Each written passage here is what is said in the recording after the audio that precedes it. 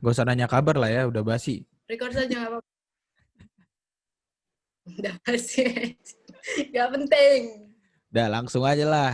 Cok, kenalkan dirimu, Pat. Biar dikenal orang ini kau. Oh. Ini apa aja nih yang mau dikenalin? Nama aja lah ya. Dirimu sama jurusanmu aja. Oke.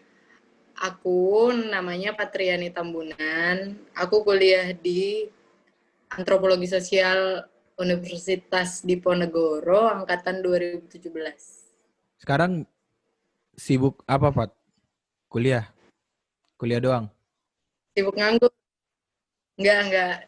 Sibuk nganggur. Soalnya kan mata kuliah aku udah habis nih. Mm-mm. Jadi ini lagi ngambil kelas sempro sih sebenarnya. Jadi kedepannya pengen ngerjain TA lah. Kalian Tuh. di sana namanya TA ya? TA juga ya?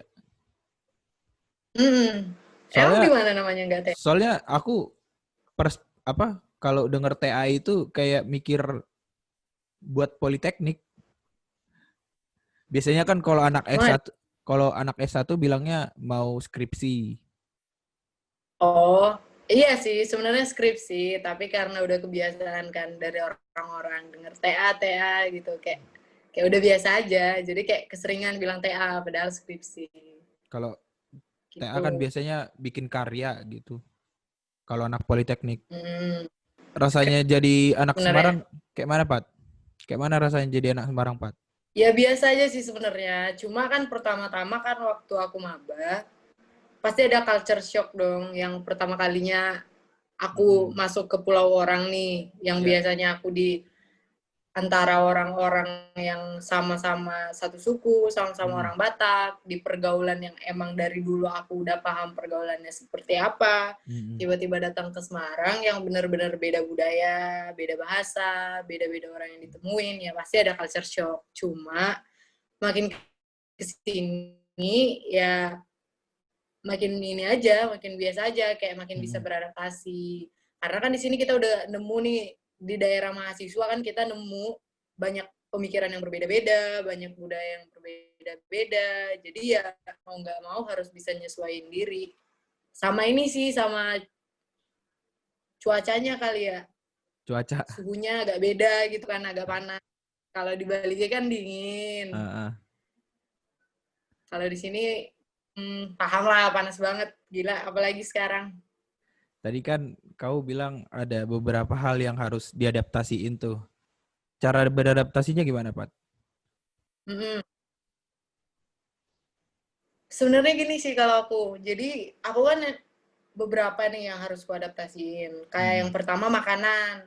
Mm-mm. Makanan kalau di Batak kan itu lebih ke pedas sama asin. Mm-mm. Nah, kalau di Jawa kan lebih ke manis kan. Jadi emang Mm-mm. pertama kali aku kesini tuh 2 mingguan itu aku tuh kayak nggak makan di luar gitu loh. Jadi karena emang aku langsung diare nih, baru Mm-mm. kesini nyampe nyoba makanannya langsung diare. Akhirnya selama 2 minggu aku coba konsumsi makanan instan dari Indomaret kayak Mm-mm. roti, susu, biar diarenya sembuh dulu. Nah, habis diarenya sembuh, ya udah habis itu aku makan, tapi makannya nggak makanan Jawa, aku makan di Mm-mm. ini di rumah makan Padang gitu karena kan mirip-mirip kan rasanya.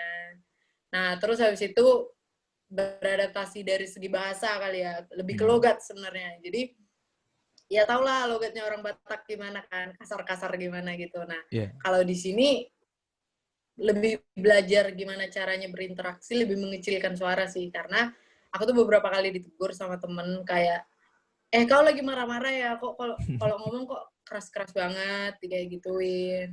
Nah makin kesini makin belajar, walaupun mungkin sekarang juga masih kenceng-kenceng juga kalau ngomong, tapi ya udah paham lah kayak kalau kita berinteraksi ke mahasiswa gimana, berinteraksi ke warga setempat ya gimana, lebih halus lagi gitu loh. Kalau ke mahasiswa kan mungkin mahasiswa bisa gampang lebih lebih cepat memahamin lah. Kalau ke orang tua kan kita susah kan Mm. kayak menunjukkan siapa kita. Jadi lebih baik kita yang beradaptasi ke orang tua kayak gitu. Itu sih. Ngomong-ngomong soal makanan tadi, Pat. Makanan di Semarang murah nggak, Pat?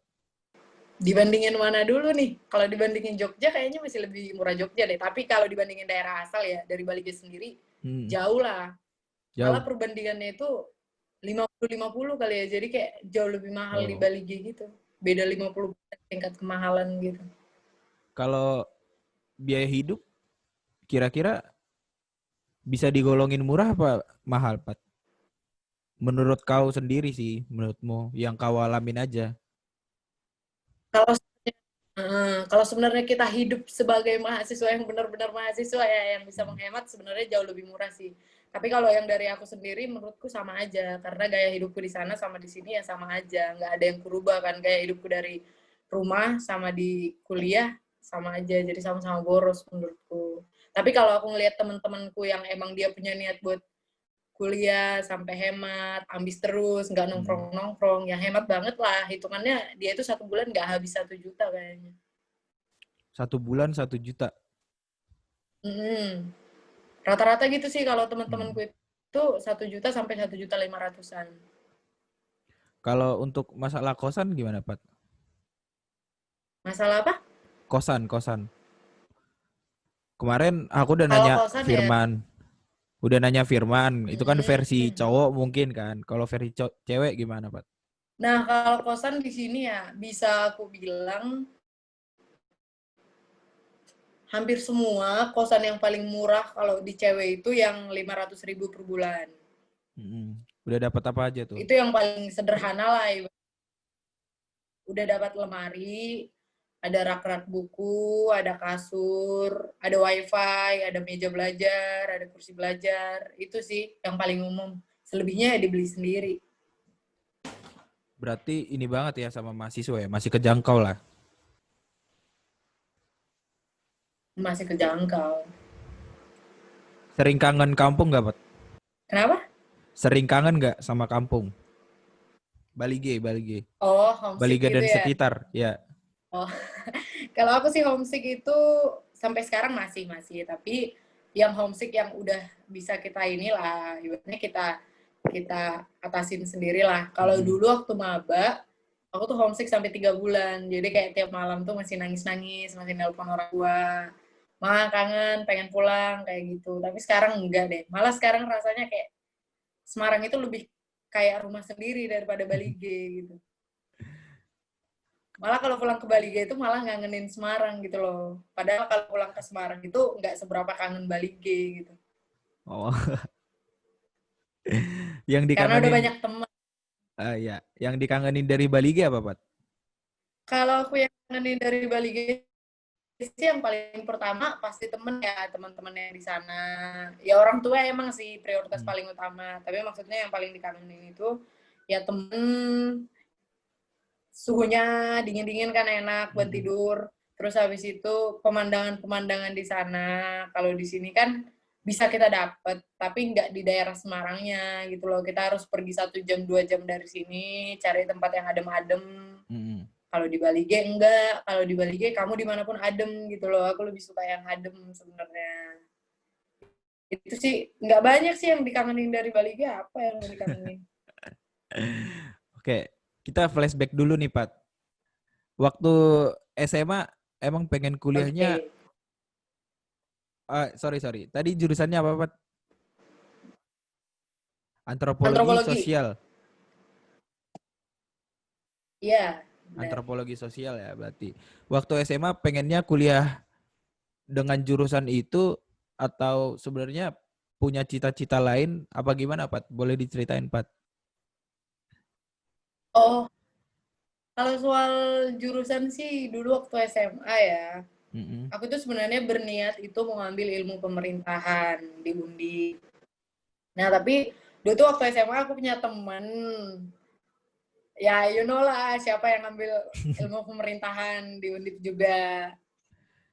Nah, habis itu ya banding-bandingan nilai aku nggak tahu sih, tapi kalau dari segi siapa yang bertahan di kelas, dulu kan kita punya unggulan kan waktu Iya, SMA. iya.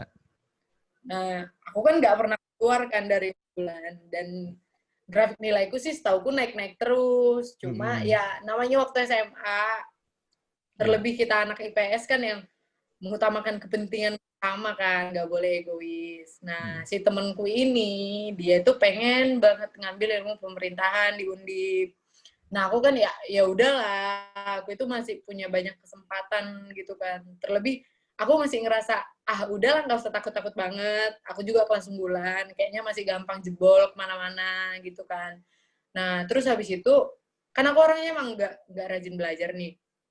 Jadi dulu tuh, aku tuh browsing, aku cari jurusan yang banyak jalan-jalannya gitu. Nah, habis itu keluar kan antropologi sosial. Nah, aku cari antropologi sosial ini ada di universitas mana aja. Karena kebetulan antropologi ini sendiri belum banyak di Indonesia. Masih sedikit universitas yang punya. Nah, kan aku mulai dari SMP pengen ke Undip. Kebetulan di Undip itu ada antropologi sosial. Aku ambillah di jalur undangan.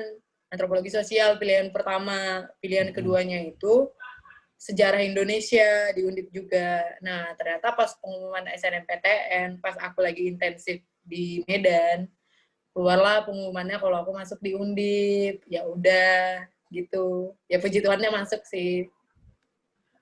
Berarti masuknya tadi SNM ya, Pat? SNM. By the way, antropologi sosial itu apa sih, Pat? Jadi, antropologi sosial itu ya manusia. Jadi antropologi sosial ini adalah ilmu yang mempelajari bagaimana manusia itu sendiri hidup gitu loh. Bagaimana mereka berinteraksi, bagaimana mereka ada, terus bagaimana tindakan-tindakan manusia saat dia hidup lah intinya seperti itu. Jadi sejarah-sejarahnya ada, jadi cara beradaptasinya di masyarakat ada. Mirip-mirip lah sama sosiologi, sejarah. Tapi kalau kami dari antropologi sendiri, sering bilang kalau antropologi itu adalah psikologi. Tapi bedanya, psikologi kan lebih ke individu. Kalau antropologi itu lebih ke masyarakat. Jadi kami sering bilang kalau jurusan kami itu adalah psikologi masyarakat, gitu. Mata kuliahnya apa aja, Pat, kira-kira? Yang Banyak umum-umum banget deh. semua. Yang umum deh. Yang umum nih, Misal, ada mata kuliahnya etnografi, ada antropologi politik, terus ada antropologi data, antropologi bisnis dan korporasi, antropologi media, antropologi kedokteran, banyak lah antropologi pembangunan. Pokoknya semua yang di kampus itu ya, kecuali pelajaran-pelajaran saintek yang kayak mesin, kapal, industri, itu mungkin nggak kami pelajarin, tapi yang umum-umum yang kayak perekonomian, politik, kedokterannya, apanya, yang langsung bersangkutan langsung sama manusianya, itu semua kami pelajarin. berarti nggak terlalu jauh lah ya sama apa yang udah kita pelajarin di SMA ya? Nggak terlalu jauh sebenarnya, cuman di Lebih antropologi ngedalamin ya? itu, ya kita itu kayak lebih dituntut bisa memahamin sih. Kalau SMA kan kita tahu, kita diajarin untuk tahu gitu kan. Karena belum ada kayak kita langsung diterjunkan ke satu tempat yang pasti gitu. Nah, kalau kita kuliah kan berarti kita sudah dibimbing untuk nanti kamu bisa diterjunkan ke pekerjaan yang pasti gitu kan. Nah, kalau di sini kita kayak langsung dibentuk langsung bagaimana caranya kamu dapat menghadapi masalah-masalah yang terjadi di manusia gitu. Secara sosialnya, karena kebetulan aku antropologi sosial gitu. Oke. Tadi masuknya jalur SNM, ada hal yang harus dipersiapin nggak sih, Pat, biar kita bisa masuk SNM? Oh, kalau ke SNM ya? Kalau SNM sih sebenarnya sampai sekarang aku belum tahu ya dari setiap universitas itu bagaimana sih cara penilaiannya terhadap raportnya setiap siswa-siswi itu biar dia bisa jebol ke universitas tertentu. Itu kan nggak ada kayak satu titik ukur kan. Yeah. Nah, tapi kalau aku lihat-lihat ya dari aku sendiri, kebetulan emang ya di setiap mata pelajaran itu emang grafik nilaiku itu selalu naik. Kalau nggak 1, 2, 3, sampai 5 setiap semester. Emang nggak turun. Tapi yang paling aku unggulin waktu aku di SNMPTN ini, aku mengunggulkan nilai sosiologiku. Karena grafik nilai sosiologiku itu selalu naik di atas 5. Dan kebetulan jurusan ini dekat dengan pelajaran sosiologi kan. Nah, jadi aku tuh ngambil sebuah kesimpulan kalau ngambil SNMPTN carilah nilaimu yang grafiknya selalu naik, yang bisa kamu hubungkan dengan jurusanmu. Menurutku itu membuka kemungkinan besar kamu bakalan bisa masuk ke jurusan yang kamu pengen di SNMPTN itu. Sama beberapa universitas itu kan mempermasalahkan senior yang sebelumnya ada di jurusan kamu. Nah, kalau emang sebelumnya senior kamu ini track recordnya baik di jurusanmu itu juga memperbesar peluang masukmu. Nah, tapi kalau nggak baik, ya mungkin kamu bisa berpikir lagi, kamu mau ngambil jurusan itu apa enggak, kayak gitu, kalau dari aku. Ngomong-ngomong soal SNM lagi nih, Pat. Ada bedanya nggak sih antara anak SNM, anak SBM, atau anak UM gitu? Ada bedanya nggak sih di kuliah gitu? Kalau di kampus ya sebenarnya, setelah kita di kuliah umum, kita itu sebenarnya nggak ada pengkotak-kotakan sih menurutku ya. Cuman kelasnya mungkin beda, karena jadi kalau di jurusanku sendiri ya, anak SNM itu dimasukin di kelas A. Terus di kelas B itu kalau nggak salah ada SBMPTN sama Mandiri. B sama C, nanti itu campurannya SBMPTN sama Mandiri. Itu di semester awal. Tapi kan kelas itu kan bisa kamu ambil tergantung IP yang kamu raih kan di setiap semesternya. Jadi tiap semester pasti kelas yang kamu ambil sama teman kamu beda dong. Nah, untuk semester selanjutnya ya terserah mau ambil kelas yang mana terserah. Cuman aku makin kesini makin ngelihat banyak yang teman-temanku ya, malah aku ngelihat yang kalau kita bicarain soal ambisius nih, soal ambis gimana berkuliah itu, malah aku ngelihat yang paling giat kuliah itu anak mandiri deh kayaknya. Kenapa tuh alasannya? Nggak tahu sih alasannya kenapa. Tapi pernah nih aku tanya 1-2 orang temanku, kenapa sih anak mandiri sekarang malah lebih ambis dalam kuliah, lebih pintar, lebih ada kemauan kayak gitu.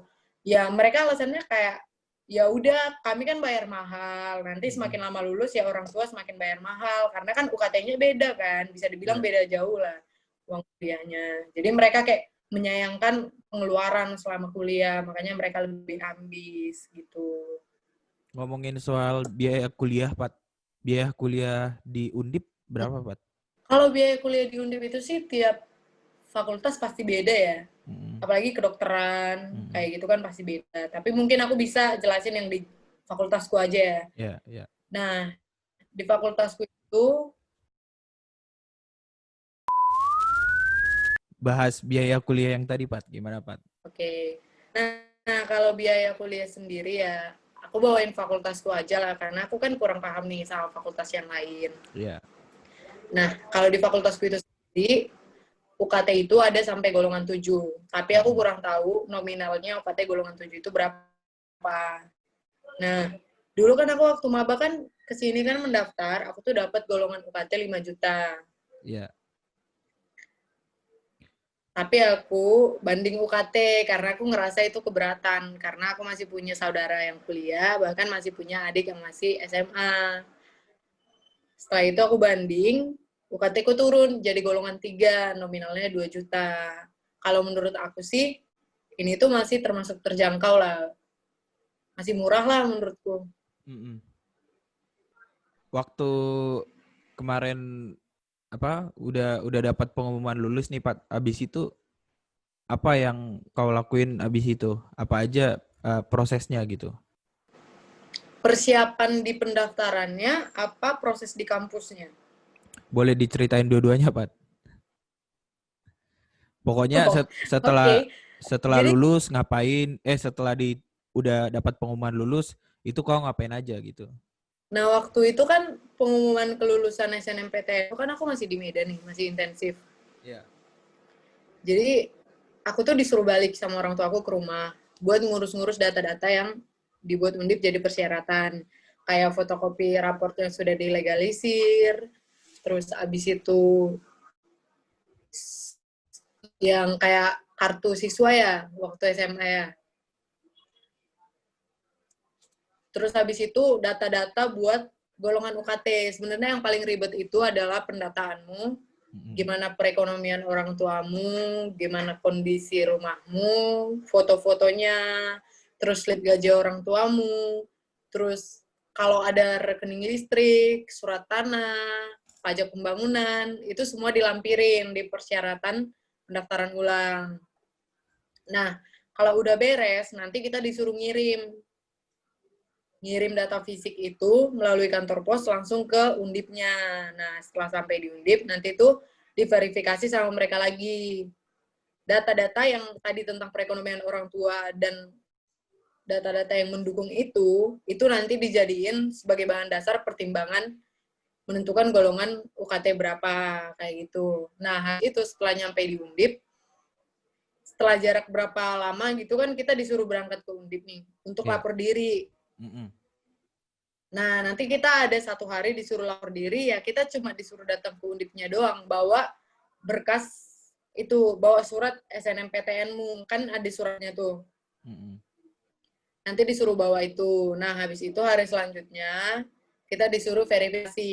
Di verifikasi ini nanti ya bawa data-data semuanya yang pernah kau kirim ke Undip. Habis itu nanti kamu disuruh, sampai di Undip kamu disuruh buat tes kesehatan. Sama tes yang itulah, pokoknya di tes kesehatan itu tuh udah semualah, tes bebas narkoba, apa segala macamnya. Nah, setelah selesai verifikasi, nanti ada upacara penerimaan mahasiswa baru. Biasanya kita itu dikumpulin di gedung Stadion Undip. Nanti kita upacara di situ, ada rektor, ada semualah BEM-BEM Undip, bahkan ada UKM-UKM, ada organisasi-organisasi. Itu nanti ada kegiatan yang beruntun 3 hari kayaknya, tapi beda-beda kegiatan. Nah, nanti di situ banyaklah pokoknya kegiatannya yang diselenggarain sama mereka. Gimana, kayak ada nanti UKM, nanti tiba-tiba ada pertunjukan-pertunjukan gitu, pokoknya buat UKM ngenalin ini Expo. UKM apa sih, ini organisasi. Nah, nggak expo sih sebenarnya, bukan lebih kayak expo. Apa ya? Pokoknya itulah, mungkin itu kayak expo tapi digabungin sama penerimaan mahasiswa baru gitu. Ya, oke. Nanti upacara, habis itu ada yang buat aku lupa sih namanya. Pokoknya nanti yang kayak waktu angkatanku sih ya, kita disuruh buat bawa kertas buffalo, habis itu nanti kita disuruh baris berjajar gitu, terus habis itu kita disuruh ngebentuk peta Indonesia dari ribuan manusia. Kan kemarin kami kalau nggak salah mahasiswa baru di tahun 2017 itu ada 11.000 kan, 11.000 orang. Nanti disuruh baris berjajar gitu membentuk peta Indonesia sama membentuk bendera Indonesia, karena kebetulan kemarin itu dekat sama 17 Agustus. Kayak gitu. Nah, habis itu kita udah masuk ke kampus, kita ada pendikar, namanya pendikar ini pendidikan berkarakter. Nanti kita di situ diajarin lah bagaimana di kampus, apa aja sih yang perlu kamu siapkan untuk kuliah, bagaimana cara beradaptasi sama teman, apa segala macam. Disitulah diajarin. Tapi kalau antropologi itu ada kebudayaannya tersendiri yang beda dari jurusan yang lain. Kalau di antropologi itu sendiri, mahasiswa baru itu nanti ada namanya inisiasi. Jadi inisiasi ini ibarat peresmian kamu benar-benar diresmikan masuk dan terhitung sebagai siswa antropologi sendiri. Ada, itu waktunya 3 hari. Jadi kalau kata anak-anak sini sih itu namanya kaderisasi ya. Jadi kita nanti di situ dibimbing buat menguji mental lah, apakah kamu pantas menjadi anak antropologi atau enggaknya gitu. Jadi 3 hari kita disuruh tidur di lapangan tembak ya, disuruh tidur di barak tentara, nggak pakai alas tidur, nggak boleh mandi, terus habis itu tidurnya nggak boleh lama-lama. Pokoknya kayak ditantang-tantangin sama senior terus lah. Terus habis itu pengetahuannya juga diuji, kayak ditanya tentang kebudayaan itu tentang apa aja sih. Kalau nanti kamu disuruh terjun penelitian ke satu masyarakat, kamu itu attitude-nya harus seperti apa sih, kayak gitu. Nanti di situ kita belajar tentang antropologi itu gimana gitu. Setelah udah belajar, kesimpulannya rasanya jadi anak Undip sama rasanya jadi anak antropologi gimana, Pat? Susah nggak, Pat? Sebenarnya aku ngerasa antropologi itu susah itu waktu aku di semester 1 sampai 3. Aku ngerasa itu benar-benar banyaklah effort yang harus dikasih karena aku ngerasa belum pas sama jurusannya. Terlebih kan antropologi itu banyak penelitian-penelitiannya, banyak membuat jurnal. Jadi kayak aku ngerasa ini kayaknya bukan aku banget gitu kan. Tapi setelah melewati semester 3, setelah mulai terbiasa, aku malah seneng kayak ngerasa, oh iya ini jurusan yang selama ini aku cari-cari ternyata makin kesini makin pas gitu.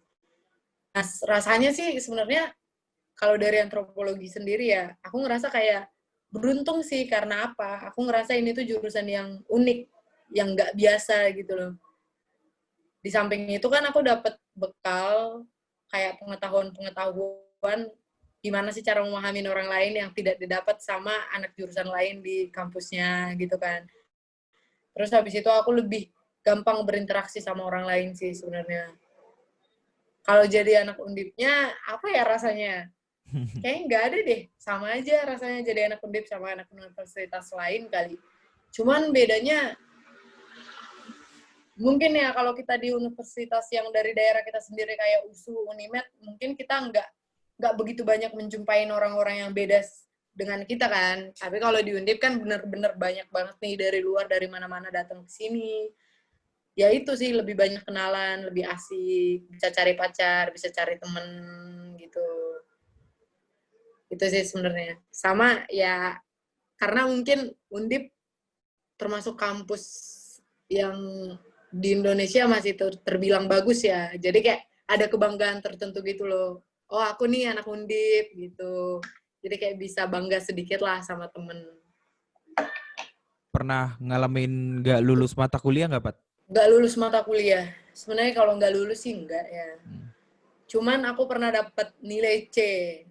Oh, oke. Itu sih, tapi itu hitungannya menurutku nggak lulus ya, karena dulu ada aturan baru dari rektor, kalau angkatan 2017, yang walaupun IPK-nya di atas 3,5, kalau dia punya nilai C, dia nggak bisa lulus cum laude. Nah, dulu tuh aku nganggep nilai C itu adalah nilai yang tidak lulus, tapi sebenarnya bagi jurusan lain enggak. Itu sih, yang paling itu sih nilai C, yang paling bikin kesel. Kalau soal mata kuliah yang disuka nggak disuka, Oh, kalau aku sih paling suka mata kuliah itu antropologi pesisir, yang maritim. maritim. Karena ya, kita kan belajar antropologi maritim, jadi tentang kehidupan nelayan lah, gimana berlaut, bagaimana mereka bisa bertahan hidup, karena kan kebanyakan nelayan kan kehidupannya masih susah kan. Ya. Dan yang aku lihat pun yang di tempat penelitianku langsung itu emang masyarakat di sana itu taraf ekonominya masih menengah ke bawah kan. Jadi kenapa aku suka sebenarnya karena aku tuh bisa terjun langsung ke lapangannya, bisa lihat orangnya bagaimana, oh permasalahannya emang yang seperti ini. Aku bisa langsung aplikasiin perkuliahan yang udah aku pelajarin, langsung bisa di masyarakatnya. Aku bisa ngambil datanya, bisa ngolah datanya kayak gimana. Kalau yang nggak aku suka itu statistik ilmu sosial.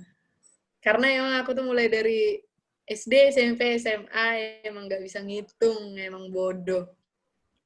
Jadi aku tuh benci sama statistika. Untuk Karena masalah, statistika kan oke. pelajarannya sama. Oke, gimana? Untuk masalah prospek kerja gimana, Pat? Kalau antropologi itu sendiri, prospek kerjanya banyak ya. Bisa jadi dosen, bisa jadi manajemen sumber daya manusia, habis itu bisa jadi wartawan, atau bisa jadi PNS juga nih.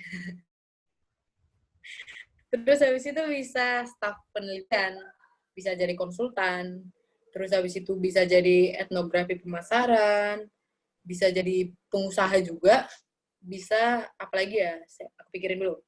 Oh, bisa jadi ahli antropologi, bisa jadi penulis. Tapi kalau aku sendiri, yang paling aku kejar itu sebenarnya ini sih, aku tuh pengen jadi penulis.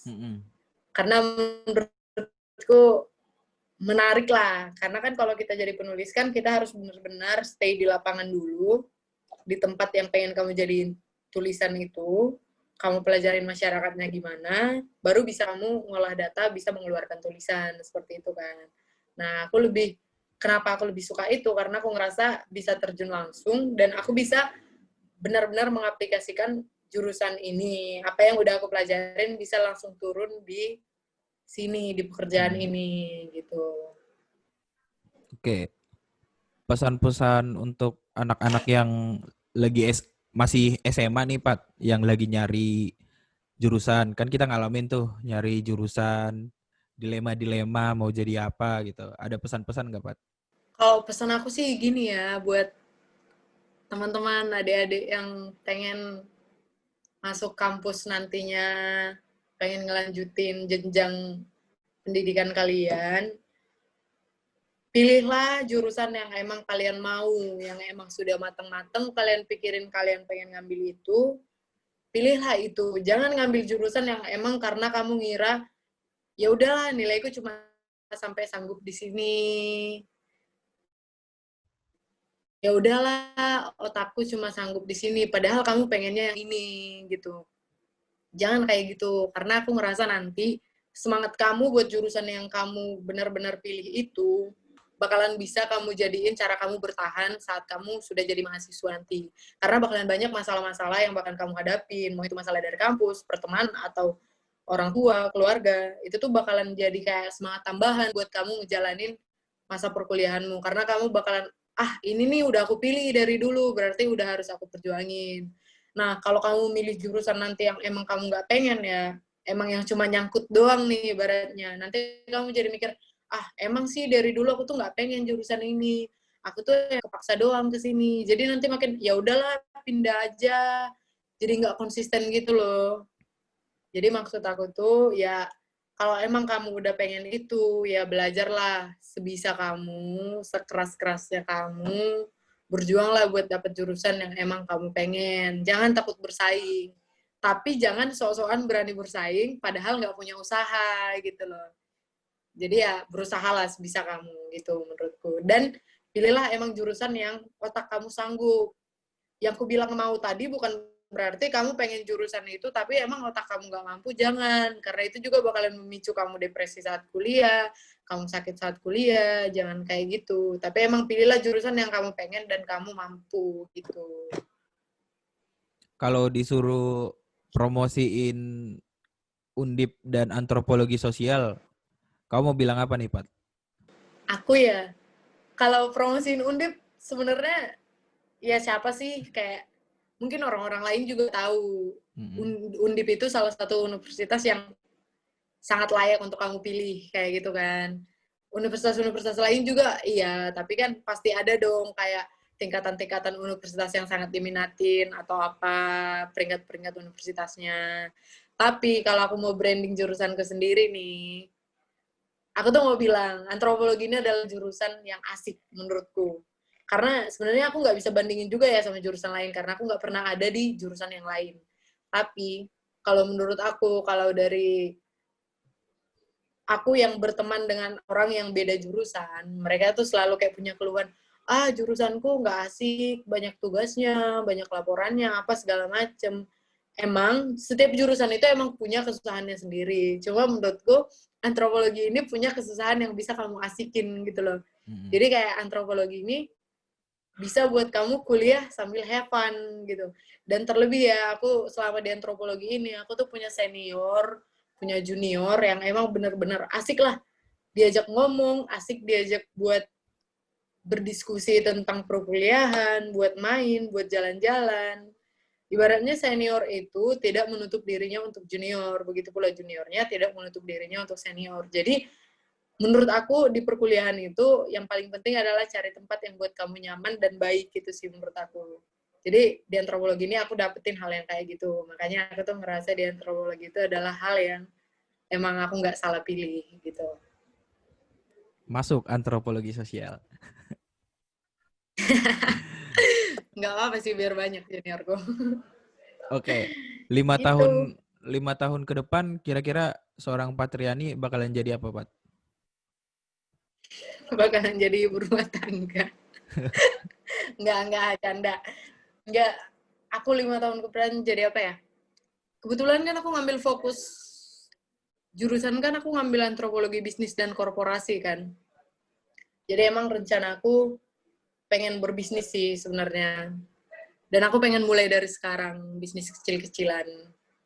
Nah, aku 5 tahun ke depan mungkin, tadi kan aku bilang aku pengen jadi penulis. Tapi setelah aku pikir-pikir, aku masih punya adik yang harus ditanggung jawabin. Masih punya orang tua yang harus dibantu perekonomiannya. Nah, sementara penulis itu, pasaran kerjanya itu, pendapatannya, itu menurutku satu hal yang nggak pasti. Karena lama dong dari kita nulis sesuatu, kita brandingnya, kita ngejual tulisan kita bagaimana, itu menurutku proses yang sangat lama kan.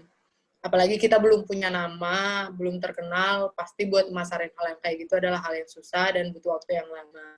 Nah, aku mikirnya 5 tahun ke depan, aku tuh pengen berkecimpung di dunia bisnis. Biar bisnis ini kan perputaran perekonomiannya kan kalau sukses lebih cepat, kalau gagal juga lebih cepat turunnya gitu kan. Nah, aku mikirnya ya semoga nanti diberkati Tuhan kalau aku berkecimpung di bisnis. Amin. Aku pengen berbisnis, pengen bantu perekonomian orang tua dulu, pengen ngasih ke orang tua apa yang pengen aku kasih, pengen bantu nyekolahin adik aku. Habis itu nanti kalau emang perekonomianku juga udah pas, dari keluarga aku juga udah bisa kubantu adikku udah selesai kuliah, habis itu aku bisa menyampingkan bisnis ini dulu, atau enggak bisa aku jalanin bisnis sekalian aku bisa nulis gitu maksud aku. Jadi kayak menulis ini bakalan tetap aku jalanin, tapi aku jalanin dulu satu hal yang lebih pasti gitu.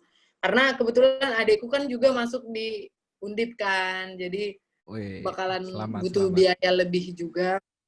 Aku pengen bantu gitu. Tips dari aku, adikku masuk Undip. Kalian dengerin. Apa tuh tipsnya? Ya yang kayak aku bilang tadi, Oke. pilihlah jurusan yang emang Ada oke. kamu Ada mau dan ada kamu. tambahan tips lain nggak? Gak sih sebenarnya kalau aku, karena kebetulan aku di SNMPTN kan, jadi aku cuma tahu di yang SNMPTN-nya doang. Kalau tips buat SBMPTN gak ada yang lain kecuali belajar Belajar. keras dan bekerja keras. Oke. Itu doang kalau SBMPTN. Oke, ada beberapa pertanyaan nih Pat yang harus dijawab cepat nih. Oke. Oke. Kupu-kupu Gak aneh-aneh kan organisasi. pertanyaannya? Nggak aneh-aneh. Kupu-kupu organisasi. Oke, oke. Organisasi. UKM atau nongkrong. Nongkrong. Pacar atau teman. Pacar. Sekarang temen toksik semua. Di atas atau di bawah. Di atas. Berjuang atau diperjuangin. Berjuang. Masa kuliah, masa SMA. Masa kuliah. Masa kuliah. Boleh tahu nggak alasannya kenapa? Karena menurutku SMA itu cuma buat aku senang-senang doang. Emang banyak senangnya di SMA, banyak yang perlu diingat. Tapi di kuliah, setelah menghadapi banyak struggling, aku tuh banyak struggling yang dihadapin ya. Jadi kayak di kuliah itu selain kamu senang-senang, ada pelajaran yang kamu dapat, ada ilmu yang kamu dapat. Jadi lebih ke dapat senangnya, dapat cara berjuang ke depannya, kayak gitu. Lebih berkembang lah istilahnya. Oke, udah. Thank you, Pat. Udah itu. Sudah Oke. ngobrol-ngobrol. Sama-sama. Hah? Gimana? Sama-sama, Beza. Oke. Ada sosial media yang mau dipromoin nggak, Pat? Meskipun belum ada yang nonton sih. Apa ya? Instagram kali ya. Hmm. Jangan lupa follow Patriani Tambunan. Patriani TBN. Itu doang sih. Selain itu nggak ada. Oke. Thank you, Pat.